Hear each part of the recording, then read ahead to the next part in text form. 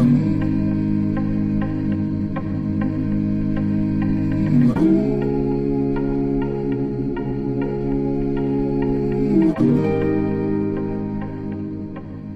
and welcome to Sideways Sociology, which is a special short series of audio essays from the Sociological Review Foundation.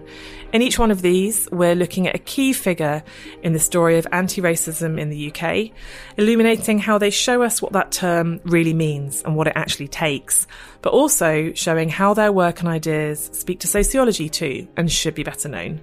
I'm Alice, the producer of this series, and in what you're about to hear, Hannah Ishmael, a lecturer in digital culture and race at King's College London, talks to us about Len Garrison, an activist, archivist and determined educationalist who worked to improve education, particularly for minoritised populations, and to disprove and displace assumptions about the history of black presence in the UK. After hearing Hannah's take on Garrison's life and work, you'll hopefully be led to rethink the very meaning and value of archives, as well as the nature and potential of anti-racist education today. Thanks for listening.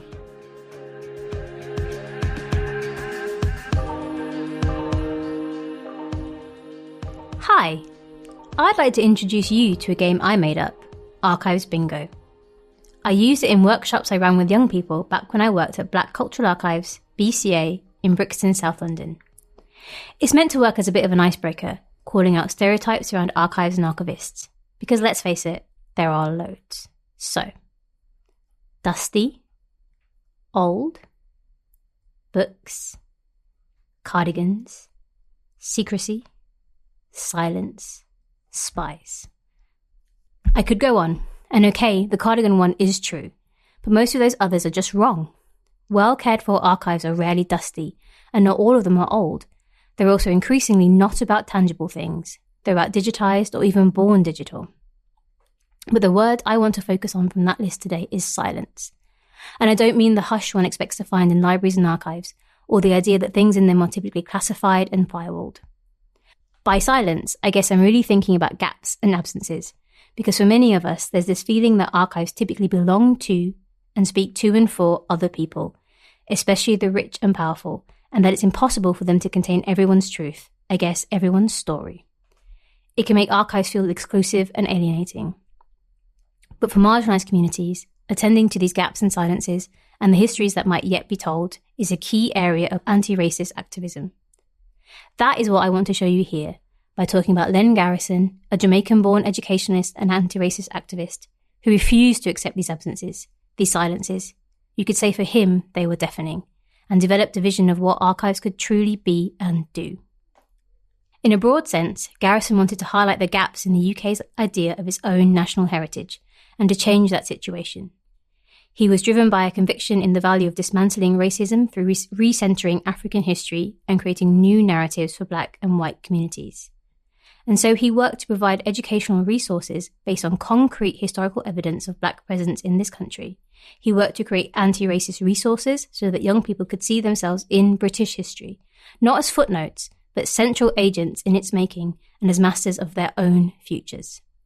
Like the better-known cultural theorist Stuart Hall, Garrison understood the importance of representation and difference, of using educational activism and archive creation to counter the noise of whiteness, a noise that had become so mainstream that few even heard it anymore.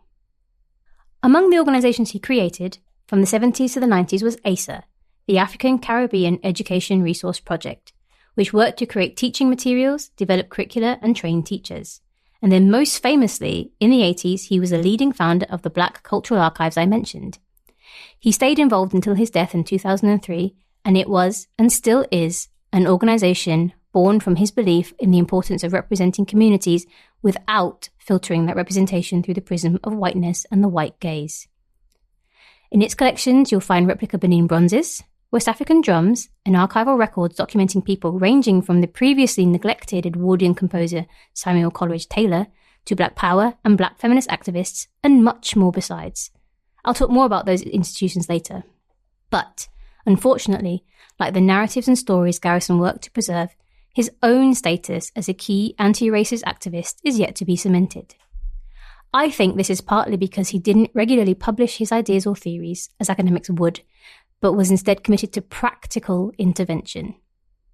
Garrison understood at his core what needed to be done to address racism, even if he didn't often engage in publishing high theory. Recently, education researchers, people like Laurie Johnson and Karen Sands O'Connor, have identified his work as in between what you might call multicultural and anti-racist action. Multiculturalism is, of course, a complex term. I'd say it refers not just to the recognition of difference in society, but to the creation of community and institutional spaces that allow differences to thrive. And it's been discussed critically pretty much across the political spectrum. We'll put a few pieces in the notes accompanying this essay. But my point here is that the challenge of pinning down Garrison's exact political framework has contributed, I think, to his relative neglect today in the humanities, the social sciences, and beyond.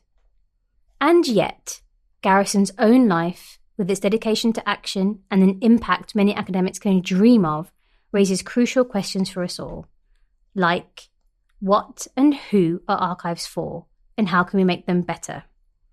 Or how do and how would we write about history and the biographies of activists who are critical of such history?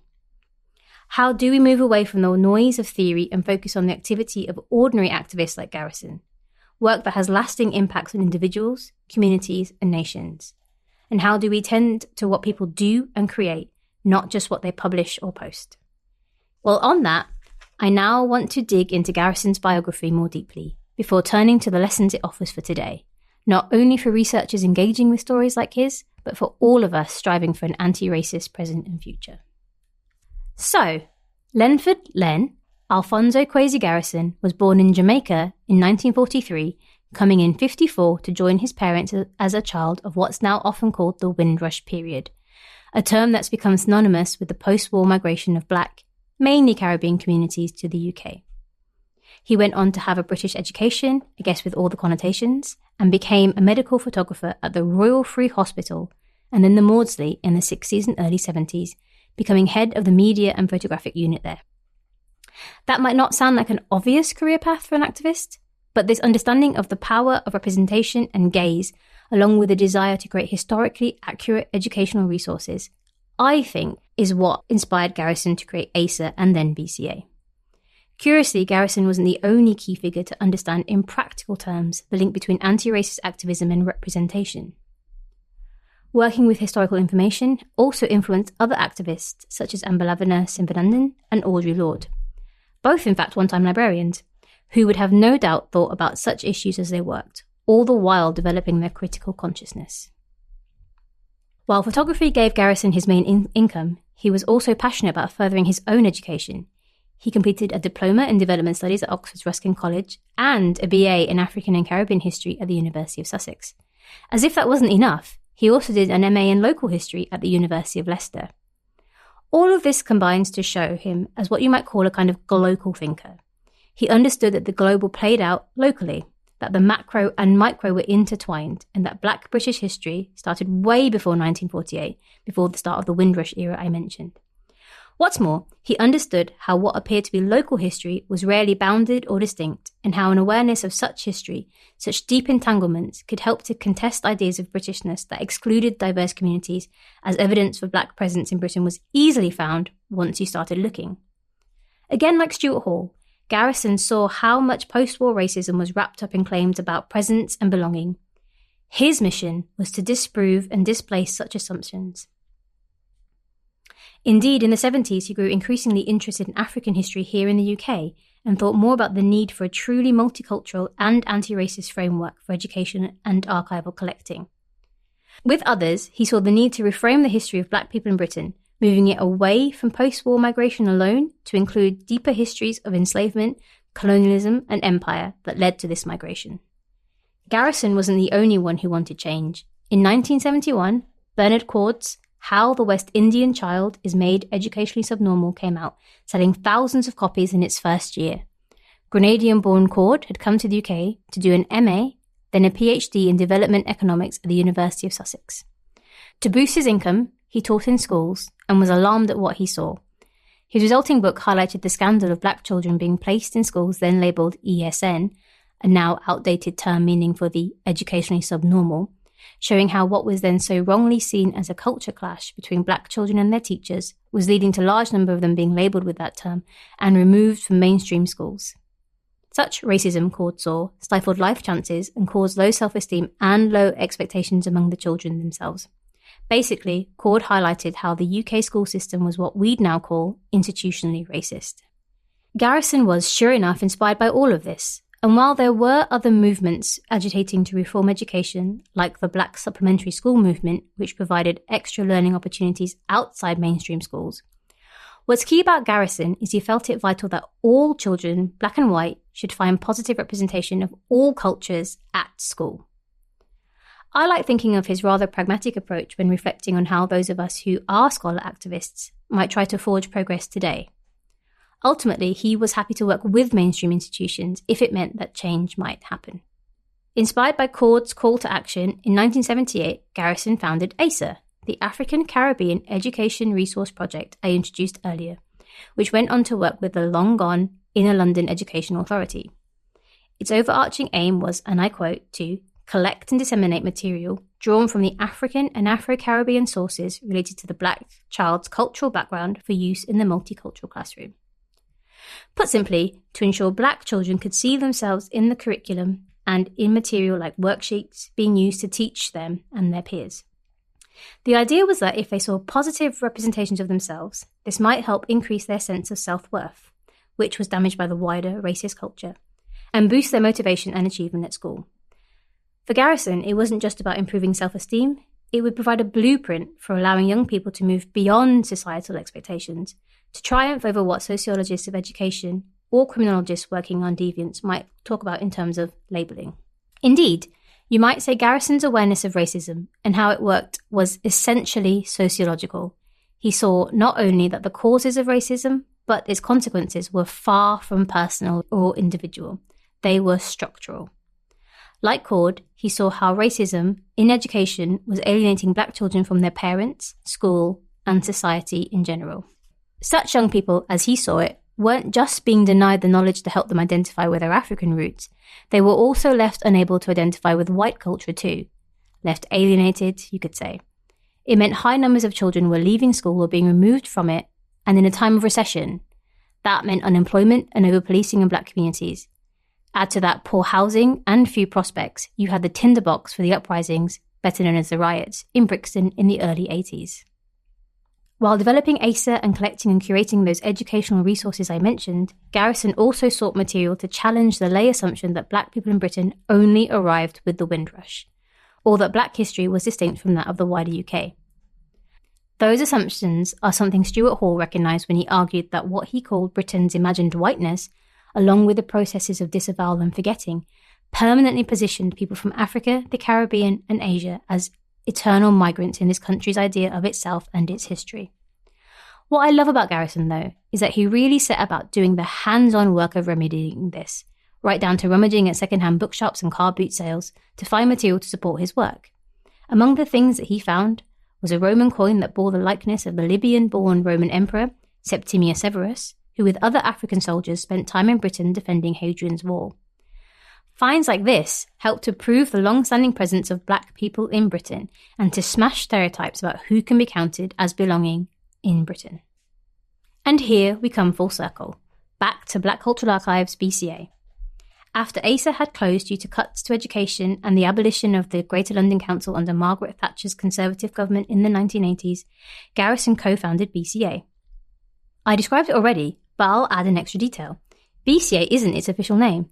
It's officially titled the African People's Historical Monument Foundation UK. The inspiration for that name came from a moment where, in the early 80s, Garrison and his peers met with African-American activist Queen Mother Moore and were moved by her call for an international series of monuments to commemorate people murdered in the transatlantic slave trade and later under colonialism. Crucially, Garrison recognised that an archive that could itself be a type of monument, that monuments weren't just found in Parliament Square, but in our everyday institutions and networks. He encapsulated these ideas in his 1982 poem, Where Are Our Monuments?, declaring, "We are the living monument of the uprooted peoples travelling on the road to eternal Africa." It asserted that it was time to share pride in this heritage. He wrote, For those who are afraid of who they must be are but slaves in a trance. For who else will make a claim or will sing our name? Garrison died in 2003, long before the recent articulation of Black Lives Matter, long before attacks on so-called wokeism, and long before the Windrush scandal made news here in the UK. But we can learn so much from him, as academics or otherwise. Were he alive now, he would surely enrich debates about what anti-racism is, what its scope and focus can be. In writing and speaking of BCA, he framed it as very much an anti-racist initiative and argued that anti-racist education is not an end in itself, but is a process or activity. Something worth remembering, perhaps, as work continues across educational settings, in the UK and beyond, to decolonise the curriculum. Garrison understood not only, as he described it, that historical data and artefacts couldn't alone immediately change a child's view of themselves, but that bringing together irrefutable historical evidence of Black presence would create the necessary activation that could, as he put it, provide the environment and structure within which the Afro-Caribbean child can extend and build positive, alternative reference points for the white child in an anti-racist framework. That quote, I should say, comes from Garrison's unpublished writings in the archives, detailed in the notes for this essay. And by this, Garrison meant that his approach would centre and celebrate the history and culture of Black children, establishing this as a normal, in the way that white culture has been, and still is, normalised in mainstream education. Reflecting on this also makes me think about how we, or I, teach and are taught, what audiences we assume to have, and what audiences we are assumed to be a part of.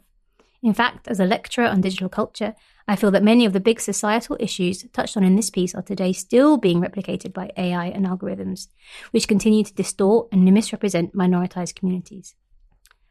While today some might think of anti-racist initiatives as being about targeting majoritized, typically white communities, I think Garrison's anti-racism speaks to a different school of thought. It reminds me of Bob Marley's Redemption song, with that lyric about emancipating yourself from mental slavery. Garrison's work and thought are about educating ourselves and flipping the script to focus on the agency of Black communities by showing how they've historically forced change rather than waiting for it to happen. Overall, Garrison teaches us so much, with commitment to ensuring better outcomes for young people, reminding us of the potential agency and impact that we can all have. Through things like ACER and BCA, Garrison and his peers acted on their conviction that addressing the silences, gaps in our shared heritage and its representations is crucial. Without that work, quite simply, we cannot know who we truly are, both at the social level, but as individuals too. Making interventions in the historical record to remedy this was a political act, but also an act of community care, a theme that's increasingly becoming salient in recent discussions across social science and the humanities. Indeed, Garrison's life work speaks to themes like representation and self-esteem, but also healing, care, and repair. And as an archivist, he teaches us a key lesson. The archivists aren't passive, agency-less people shunting around heaps of resources that have already been accrued. Instead, he reminds us to look up, to think structurally, and to consider how archives are actually framed and created, and how they might be better. He shows that in our own small way, each of us can shape the archive, so to speak, and perhaps in the digital era, that's never been more true.